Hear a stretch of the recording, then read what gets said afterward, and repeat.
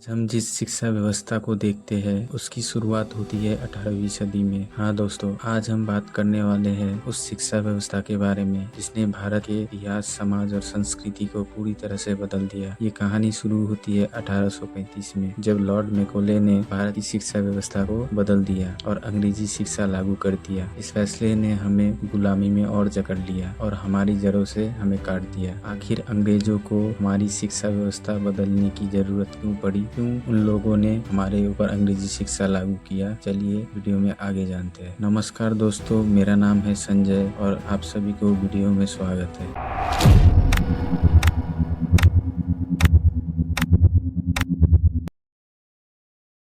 समय था 18वीं या 19वीं सदी, जब अंग्रेजी ईस्ट इंडिया कंपनी धीरे धीरे पूरे भारत में अपनी पकड़ जमा रही थी। लेकिन एक समस्या थी, इतना बड़ा देश, इतने सारे लोग और इतने सारे भाषा बोलने वालों के ऊपर अगर शासन करना है तो उन्हें एक नई शिक्षा पद्धति लागू करनी होगी। और हमारी शिक्षा पद्धति जो कि गुरुकुलों में हुआ करती थी उसे खत्म करना होगा।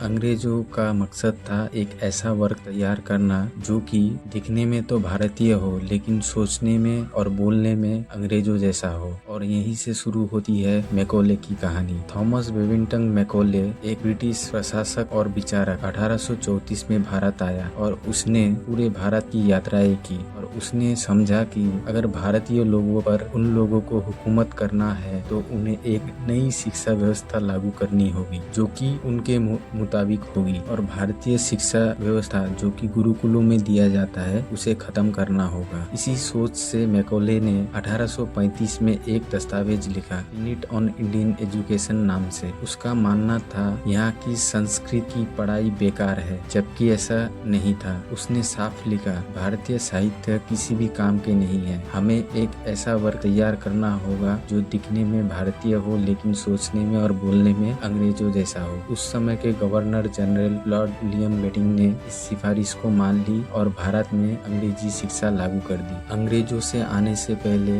भारत में गुरुकुलों में शिक्षा दिया जाता था। यहाँ गणित, खगोल शास्त्र, आयुर्वेद, दर्शन, धर्म और साहित्य की गहरी पढ़ाई होती थी। ज्ञान मातृभाषा और संस्कृत में दिया जाता था। लेकिन अंग्रेजों ने इस व्यवस्था को पिछड़ा बता दिया और अंग्रेजी को आधुनिकता का प्रतीक बना दिया। अंग्रेजी शिक्षा लागू होने के बाद क्या क्या बदलाव आए, चलिए अब हम इस पर बात करते हैं। हालांकि इसके सकारात्मक प्रभाव बहुत ही कम थे, लेकिन ये शिक्षा हम अपनाने के बाद हम अपनी आजादी के लिए लड़ पा रहे थे अंग्रेजों से। बहुत सारे ऐसा नेता हुए जो अंग्रेजों से अपनी आजादी के लिए लड़ रहे थे, जैसे कि नेताजी, बाल गंगाधर तिलक, लाला लाजपत राय और सरदार वल्लभ भाई पटेल जैसे नेता जो अंग्रेजी शिक्षा में शिक्षित हुए थे और पूरी दुनिया में अपनी बात रखने में कामयाब हो गए थे। अब हम इसके नकारात्मक प्रभाव के बारे में बात करते हैं। भारतीय भाषा, परंपरागत शिक्षा का जैसे कि गुरुकुल में शिक्षा दिया जाना, इसका पतन हो गया। समाज में एक नया क्लास बना, अंग्रेजी जानने वालों को ऊंचे समझा गया और साहित्य भाषा बोलने वालों को पिछड़ा और कमजोर समझा गया। शिक्षा का मकसद